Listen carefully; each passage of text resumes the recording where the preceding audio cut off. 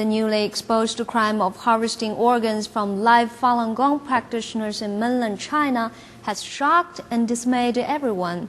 Rebounding from the shock, people now have a better understanding of the unethical and corrupt operation going on in the Chinese medical field, as well as the cruel nature of the Chinese communist regime. At the same time, many of us may want to find out how organ transplanting, a procedure that involves human life and basic rights, operates in a normal society. In today's program, we will take you to Ontario of Canada. First, let's meet Dr. Zaltzman, Director of Renal Transplants at Micheal Hospital in Toronto. Kidney transplant now has been going on this is going to be the 52nd year. The first successful transplant was in 1954 with identical twins before they needed immunosuppressive therapy. But it really started to be successful in the early 1970s. That's when most transplant programs began to start. The biggest obstacle in organ transplantation is the rejection of the transplanted organ by the recipient. Organ transplanting progressed very slowly in the first few years because of this problem, and it was not solved until the 1970s when an effective immunosuppressive drug was invented. Success for kidney transplant is very, very good. If you get a kidney from a deceased donor, the 1-year survival for the transplant and the patient is over 90%. And if it's from a living donor, it's well over 95% in the first year. How about 5 years? 5 year again varies. For a living donor, it's probably up around 85% and probably about 75% for a deceased donor. Organ transplanting was a major breakthrough in medicine in the 20th century. It brings hope to near-death patients and their suffering families. However, due to limitations in current medical developments, organ transplanting is also a very difficult issue as the organ needs to be obtained from another human body, meaning the donor needs to be willing to donate part or a whole organ while he's conscious. This is not an easy decision, and especially so for Chinese people who grew up with Confucian ideology. Let's find out how such a crucial procedure is carried out in Canada. Organ transplanting in Ontario is managed by an organization called the Trillium Gift of Life. Why is it named Trillium and how does it operate? Let's hear what Dr. Frank Markle, president of this organization, has to say. When one person does donate an organ to be transplanted to someone else who needs it, they are literally giving them the gift of life. Organ donation saves people's lives. We have many cases where people are within days of death, and if they are able to receive an organ, their lives are saved. So that's why we use the phrase gift of life. We call ourselves Trillium Gift of Life because we're a provincial agency, and I think, as your viewers probably know, Trillium is the official flower of Ontario. So we want to emphasize the fact that our mandate extends to the entire province. Trillium is a perennial liliaceous plant of strong vitality. It can be seen everywhere in Ontario. In 1937, the Trillium was chosen to be the provincial flower of Ontario. Trillium, meaning age prolonging in Chinese, is a perfect name for this organization, as organ transplanting truly prolongs people's lives. We play basically two roles. First of all, we play a very important role to increase public awareness about the value of donation. We hope that people watching your program will appreciate what a valuable gift it can be and will sign their donor cards and will speak to their families. The second role we play is to manage the organ donation system in Ontario. We are responsible for keeping the waiting lists for transplantation, and when an organ becomes available, we organize the recovery of the organ in the hospital.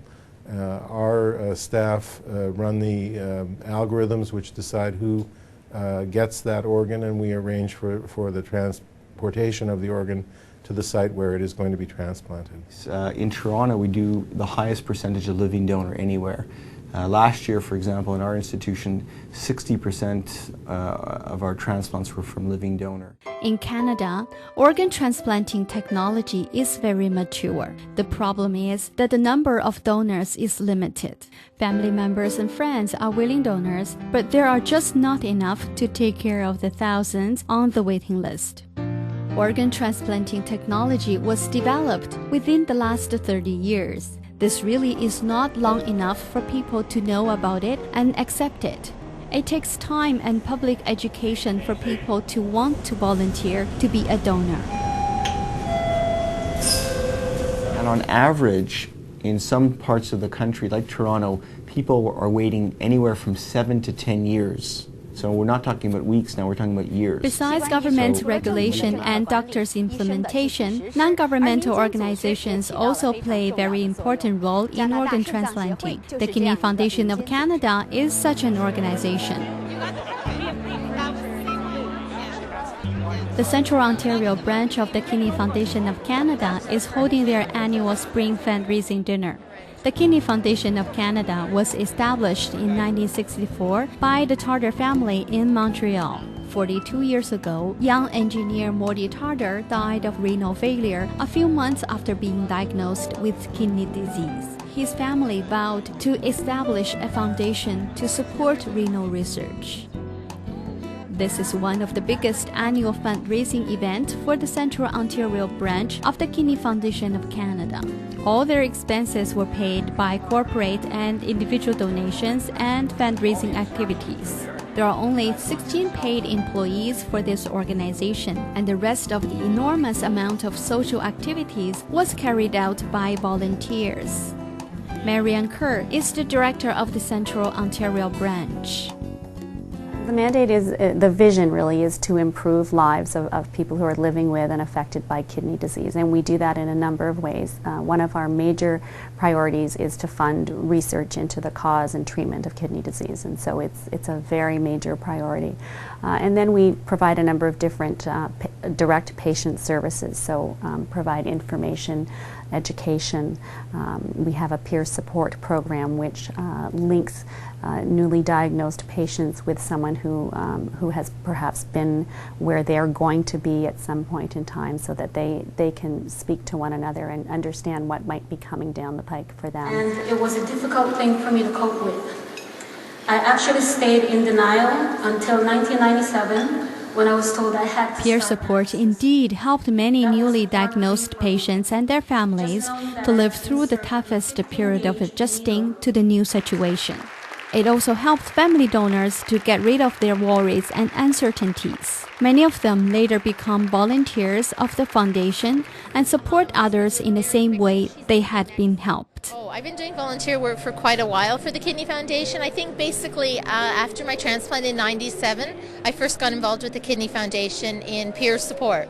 Lisa Han and Rosemary Hebert started their new lives after receiving organ donations. They both became volunteers, and even Lisa's parents and neighbors became volunteers for the foundation. Other people. She's sharing her life, and she's giving other people courage. You know what? It'll work out. You know, don't give up. Don't get depressed on it. You know, that is so important. In fact, I just asked again now, you know, maybe I should be a donor for anybody, not just this thing.